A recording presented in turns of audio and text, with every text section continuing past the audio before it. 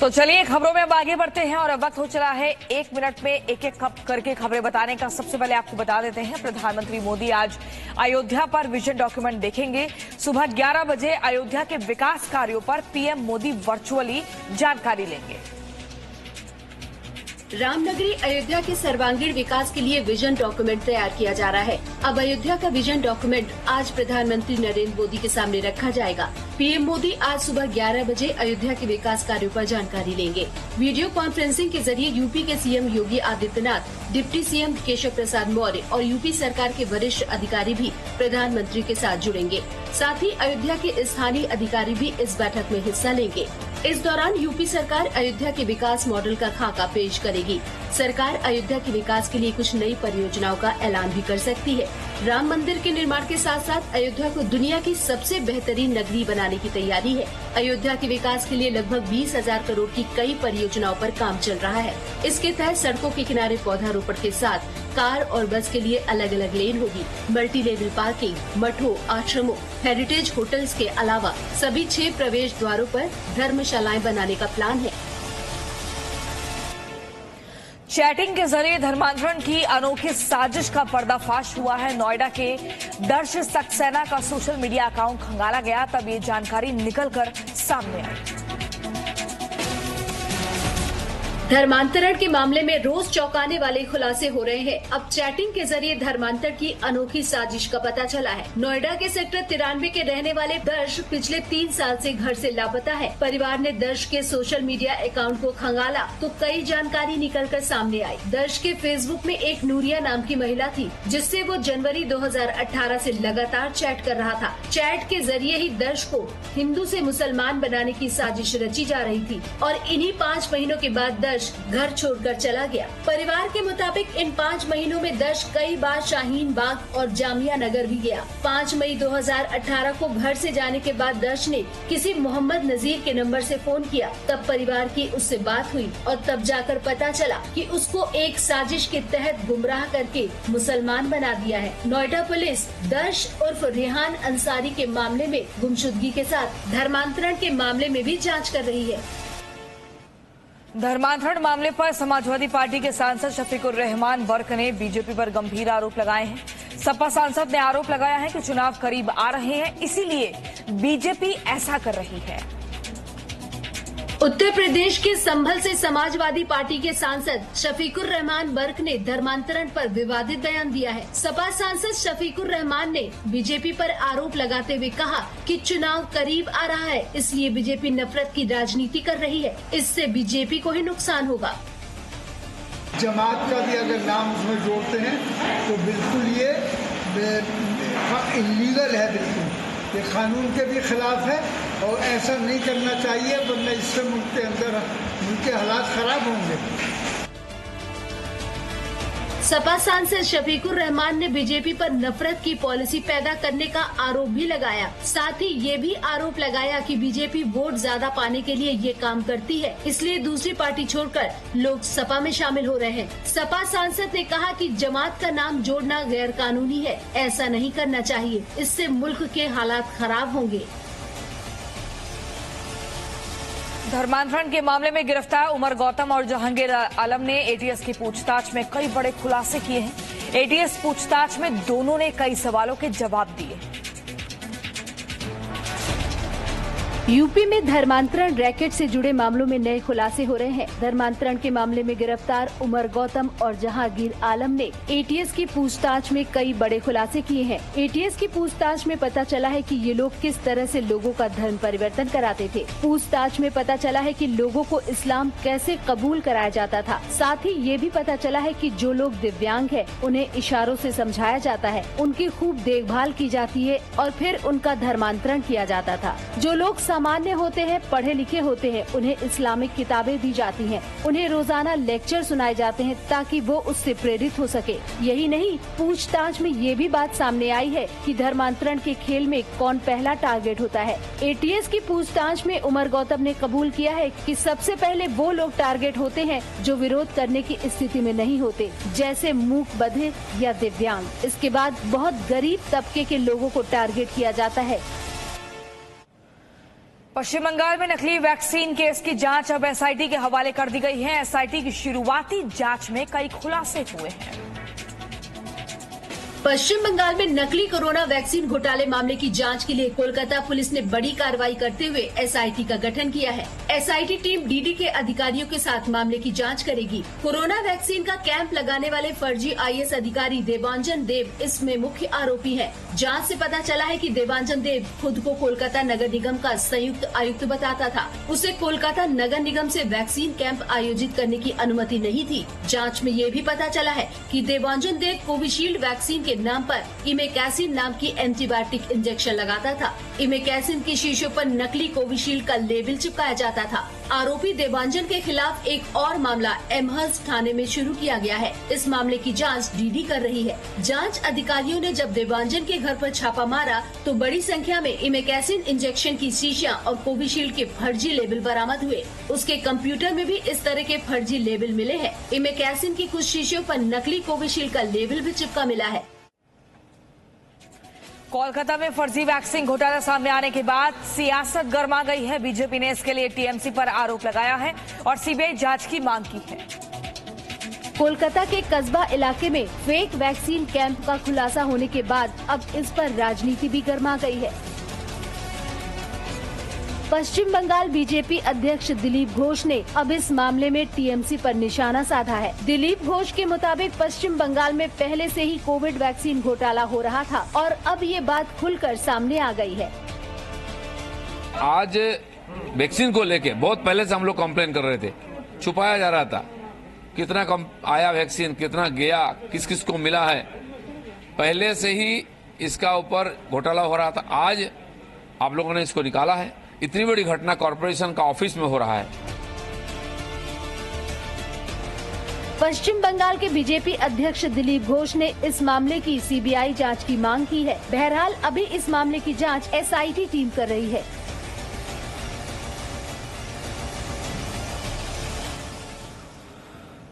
मुंबई में फर्जी वैक्सीनेशन मामले की जांच अब एसआईटी करेगी। इस मामले में अब तक 7 एफआईआर और 10 गिरफ्तारी हो चुकी है। मुंबई में फर्जी वैक्सीनेशन मामले की जांच एसआईटी को सौंप दी गई है। इस केस में अब तक 7 एफआईआर दर्ज हो चुकी है और 10 आरोपियों को गिरफ्तार किया गया है। जांच में सामने आया है कि कई लोगों को वैक्सीन के नाम पर डिस्टिल वाटर दिया गया था। मुंबई में कोरोना के फर्जी वैक्सीनेशन घोटाले को अंजाम देने में चारकोप के शिवम हॉस्पिटल की भूमिका सामने आई है। पुलिस ने हॉस्पिटल के फाउंडर और संचालक डॉक्टर शिवराज पटारिया और उसकी पत्नी को गिरफ्तार कर लिया है। अब तक की जांच में पता चला है कि कैंप में कुछ असली वैक्सीन उपयोग में लाई गई, जबकि बाकी की डिस्टिल वाटर भरी वैक्सीन लोगों को लगाई गई। Attempt to commit culpable homicide, इसके सेक्शन लगाए हैं। 27 ड्रग्स एंड कॉस्मेटिक एक्ट, इसमें भी आजीवन कारावास की सजा है। ऐसे सीरियस स्ट्रिंजेंट सेक्शंस लगा के कार्रवाई की गई। जांच में सामने आया है कि मुंबई में 9 फर्जी कैंप आयोजित कर 2038 लोगों को वैक्सीन लगाई गई। फिलहाल पुलिस मामले की जांच कर रही है। कृषि आंदोलन को आज 7 महीने पूरे हो गए हैं। इस मौके पर किसान आज देश भर में कृषि बचाओ लोकतंत्र बचाओ दिवस मना रहे हैं। 3 कृषि कानून के खिलाफ पिछले 7 महीने से देश भर में किसानों का आंदोलन जारी है। आंदोलन की अगुवाई कर रहे संयुक्त किसान मोर्चा के आह्वान पर आज कृषि बचाओ लोकतंत्र बचाओ दिवस मनाया जाएगा। अपने निर्धारित कार्यक्रम के तहत किसान देश के सभी राज्यों के राजभवन पर धरना प्रदर्शन करेंगे। साथ ही राज्यपाल के माध्यम से राष्ट्रपति के नाम ज्ञापन भी सौंपेंगे। किसानों के आंदोलन के आज 7 महीने पूरे हो रहे हैं। साथ ही भारत में 1975 में आपातकाल की घोषणा के भी आज 46 साल पूरे हो रहे हैं। इस मौके पर किसान देश भर में शांतिपूर्ण धरना प्रदर्शन करेंगे। इस बीच केंद्रीय कृषि मंत्री नरेंद्र तोमर ने किसानों से धरना खत्म करने की अपील की। सभी किसान यूनियंस के लोगों को कहना चाहता हूं कि उनको अपना आंदोलन समाप्त करना चाहिए। बहरहाल किसानों के आंदोलन को देखते हुए प्रशासन और सरकार अलर्ट है। आज देश भर में किसान कृषि बचाओ लोकतंत्र बचाओ दिवस मना रहे हैं। किसान आंदोलन के मद्देनजर दिल्ली मेट्रो ने आज 3 मेट्रो स्टेशन को बंद करने का ऐलान किया है। किसान आंदोलन के मद्देनजर दिल्ली मेट्रो ने आज 3 मेट्रो स्टेशन को बंद करने का फैसला किया। येलो लाइन पर आने वाला विश्वविद्यालय मेट्रो, सिविल लाइन मेट्रो और विधानसभा मेट्रो स्टेशन को बंद कर दिया गया है। जानकारी के मुताबिक येलो लाइन पर आज 4 घंटे के लिए 3 मुख्य मेट्रो स्टेशनों को बंद रखने का निर्णय लिया गया है। दिल्ली पुलिस ने मिली जानकारी के मुताबिक आज सुबह 10 बजे से लेकर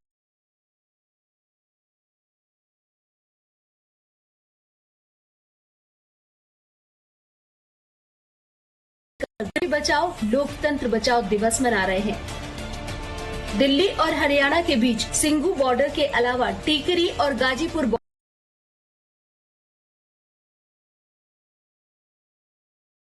दिल्ली मेट्रो रेल निगम और पुलिस ने एहतियात के तौर पर ये कदम उठाए हैं। जम्मू कश्मीर में आतंकियों पर सेना का प्रहार जारी है। कल सुरक्षा बलों ने शोपियां में एक आतंकी को मार गिराया, जबकि बड़ी बात यह रही कि इस दौरान दूसरे आतंकी ने सरेंडर कर दिया। जम्मू कश्मीर के शोपियां जिले के हाजीपोरा इलाके में कल एक आतंकी ने पुलिस के सामने सरेंडर कर दिया, जबकि दूसरे आतंकी को सुरक्षा बलों ने मुठभेड़ में मार गिराया। पुलिस के मुताबिक जिस अधिकारी ने सरेंडर किया है उसकी पहचान साहिल अहमद डार के रूप में हुई है। साहिल अहमद डार बेमेनीपोरा का रहने वाला है और मोहम्मद रमजान का बेटा है। सुरक्षा बलों ने आतंकवादी से सरेंडर करने की अपील की थी, उसके घर वालों का वास्ता दिया, जिसके बाद आतंकी ने सरेंडर कर दिया। इस घटना का वीडियो भी सामने आया है। फायरिंग चलते रही, बाद में हम लोग जो दूसरा मिलिटेंट पता चला कि लोकल मिलिटेंट है दूसरा, उनके पेरेंट्स को बुला कर लाए, उनसे अपील कराए। अपील करने के बाद दूसरा जो सोहेल अहमद डार था वो सरेंडर कर गया, उसके साथ AK-56 राइफल भी था। पुलिस के मुताबिक लश्कर-ए-तैयबा के आतंकी ने जब खुद को चारों तरफ से घिरा पाया तो उसने अपने परिवार वालों को बुलाया। जब उसका परिवार घटना स्थल पर पहुंचा तो आतंकी ने AK-56 राइफल के साथ खुद को सरेंडर किया। पाकिस्तान आतंकी फंडिंग को लेकर FATF की ग्रे लिस्ट में बरकरार रहेगा। FATF की बैठक में पाकिस्तान को ग्रे लिस्ट में बरकरार रखने का फैसला किया गया। फाइनेंशियल एक्शन टास्क फोर्स यानी FATF से पाकिस्तान को राहत नहीं मिली, बल्कि FATF की बैठक में फैसला लिया गया कि पाकिस्तान ग्रे लिस्ट में बना रहेगा।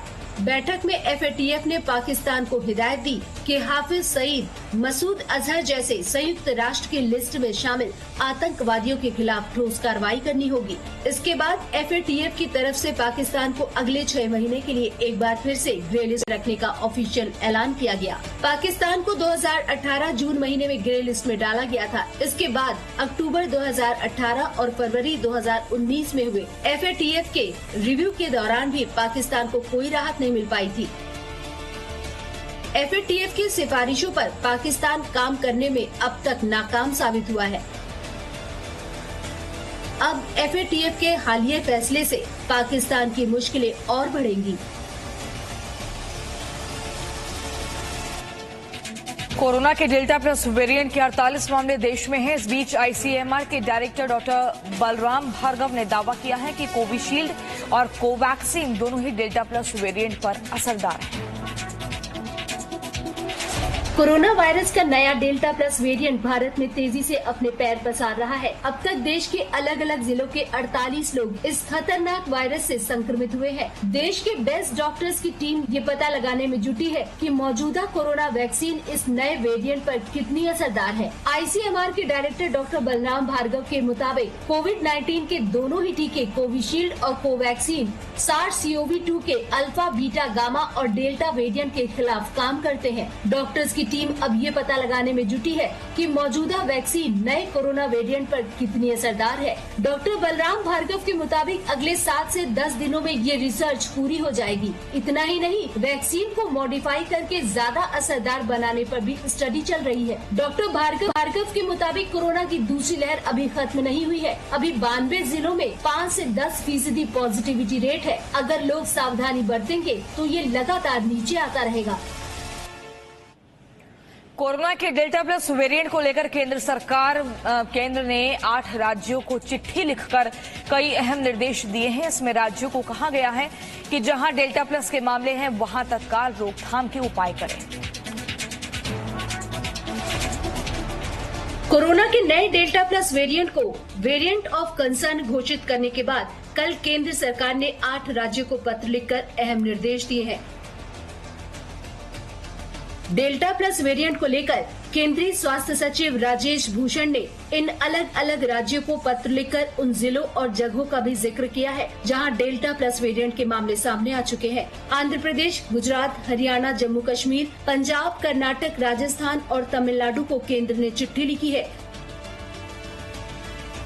स्वास्थ्य सचिव ने चिट्ठी में वायरस के प्रभाव को बताते हुए सुझाव दिया है कि इस नए वेरिएंट के लक्षणों को देखते हुए और ज्यादा सावधानी और कड़े कदम उठाने की जरूरत है। केंद्र ने इन राज्यों को कहा है कि जिलों और समूहों में तत्काल रोकथाम के उपाय करें, जिसमें भीड़ और लोगों को आपस में मिलने जुलने पर रोक, बड़े स्तर पर टेस्टिंग, तत्काल टेस्टिंग और साथ ही प्राथमिकता के आधार पर वैक्सीन कवरेज शामिल है। कोरोना को लेकर एम्स की एक रिपोर्ट में चौंकाने वाला खुलासा हुआ है। एम्स की रिपोर्ट के मुताबिक कोविड की पहली लहर में आईसीयू में बुजुर्गों से ज्यादा युवाओं की मौत हुई।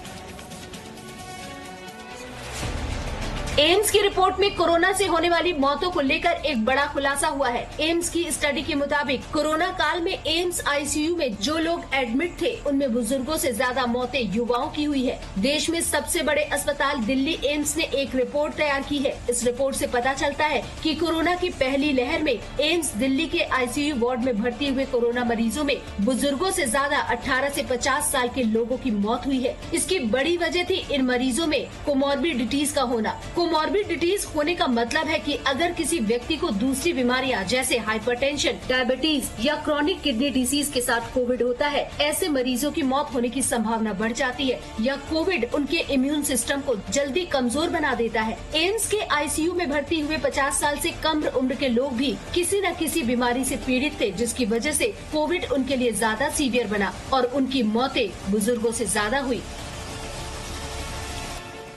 मध्य प्रदेश में हनुमान जी का एक ऐसा मंदिर है जहां भक्त पैसे उधार लेते हैं। खास बात यह है कि लोग उधार लौटने की बजाय सिर्फ ब्याज पर पैसा देते हैं।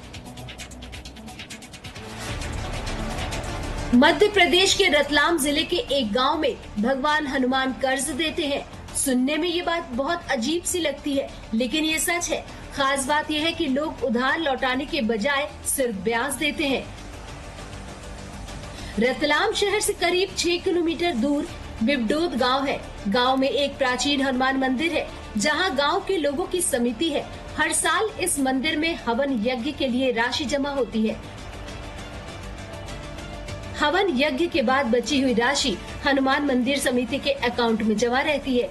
इस राशि को ग्रामीणों को उधार के रूप में दिया जाता है।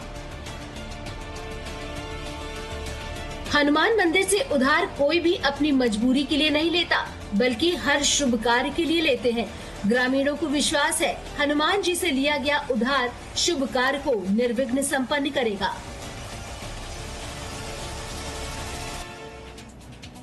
अमेरिका के मियामी में 40 साल पुरानी इमारत के अचानक ढहने से अफरा तफरी मच गई। इस हादसे में 4 लोगों की मौत हो गई है, जबकि 159 लोग लापता हैं। अमेरिका के मियामी की ये तस्वीर वाकई डराने वाली। मियामी में गुरुवार को 40 साल पुरानी इमारत के अचानक ढहने से अफरा तफरी मच गई। इस हादसे में 4 लोगों की मौत हो गई और करीब 159 लोग अभी भी लापता हैं। रेस्क्यू टीम का राहत और बचाव कार्य लगातार जारी है। रेस्क्यू टीम का कहना है कि मलबे से कुछ आवाजें सुनाई दे रही हैं। रेस्क्यू टीम मलबे में से अभी तक 120 लोगों को बाहर निकाल चुकी है, जिनमें से ज्यादातर लोगों को गंभीर चोटें आई हैं और उन्हें इलाज के लिए अस्पताल में भर्ती कराया गया है। शैम्पलिन टॉवर्स नाम के ये 12 मंजिला इमारत समुद्र के ठीक सामने बनी हुई है। ये बिल्डिंग 40 साल पुरानी थी और इसे मरम्मत की सख्त जरूरत थी। हालांकि 12 मंजिला इमारत गिरने की वजह अभी तक साफ नहीं हो पाई है। इन्हीं खबरों के बीच यहाँ रुक रहे हैं एक छोटे से ब्रेक के लिए। फौरन लौट रहे हैं, आप देखते रहिए जी news. Presenting B News app available on Google Play and App Store. Download it now.